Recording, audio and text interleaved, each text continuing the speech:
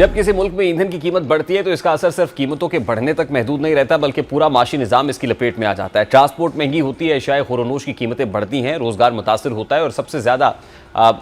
دباؤ عام شہری پر پڑتا ہے۔ یہی وجہ ہے کہ حالیہ دنوں میں ایندھن کی قیمتوں میں اضافے نے صرف ملک میں معاشی بے چینی کو جنم نہیں دیا بلکہ صورتحال سڑکوں پر شدید احتجاج، ہڑتالوں اور پرتشدد جھڑپوں تک جا پہنچی۔ عوام کا موقف یہ ہے کہ عالمی منڈی میں تیل کی قیمتوں یا بیرونی جغرافیائی کشیدگی کا بوجھ براہ راست عام آدمی پر ڈالنا مسئلے کا حل نہیں ہے، کیونکہ مہنگائی کے بوجھ تلے دبے شہری کو مزید معاشی جھٹکے برداشت کرنے کی صلاحیت اب موجود نہیں ہے۔ جب ڈیزل جیسی بنیادی ضرورت کی قیمت میں نمایاں اضافہ ہوتا ہے تو اس کے اثرات ٹرانسپورٹ سیکٹر سے نکل کر روزمرہ زندگی کے ہر شعبے تک پہنچ جاتے ہیں اور یہی اس بحران کی اصل جڑ بنتا دکھائی دیتا ہے۔ اب اس تمام در صورتحال میں احتجاج کرنے والے صرف سیاسی کارکن نہیں تھے بلکہ ٹرانسپورٹ سے وابستہ افراد، روزانہ اجرت کمانے والے مزدور اور وہ شہری بھی شامل تھے جن کی زندگی سستی سفری سہولیات پر منحصر ہے۔ جب سڑکوں پر رکاوٹیں کھڑی ہوں، ٹائرز کو آگ لگائی جائے اور پبلک ٹرانسپورٹ رک جائے تو یہ دراصل ریاست اور عوام کے درمیان اعتماد کے بحران کی علامت بن جاتا ہے۔ یہی کچھ اس ملک میں دیکھنے کو ملا جہاں ہزاروں افراد کا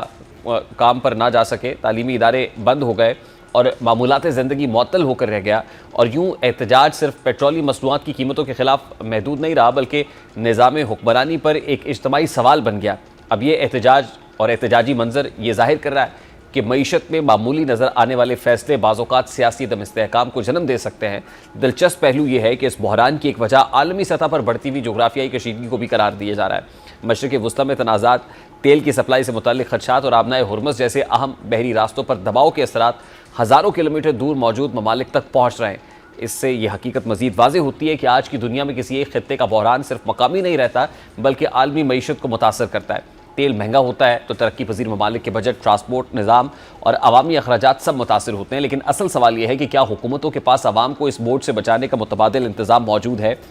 اب اہم بات یہ ہے کہ اس احتجاج کے دوران ہونے والی ہلاکتوں، درجنوں افراد کے زخمی ہونے اور سینکڑوں گرفتاریوں نے صورتحال کو مزید سنگین بنا دیا ہے۔ حکومت کی جانب سے بعض عناصر پر سیاسی مقاصد کے لیے احتجاج استعمال کرنے کا الزام لگایا گیا ہے، لیکن دوسری جانب یہ سوال بھی موجود ہے کہ اگر عوامی غصہ اتنا شدید ہو جائے کہ لوگ جانوں کی قربانی دینے لگیں تو کیا اسے صرف سیاسی رنگ دے کر نظر انداز کیا جا سکتا ہے؟ ایسے حالات میں طاقت کے استعمال کی بجائے معاشی حکمت عملی،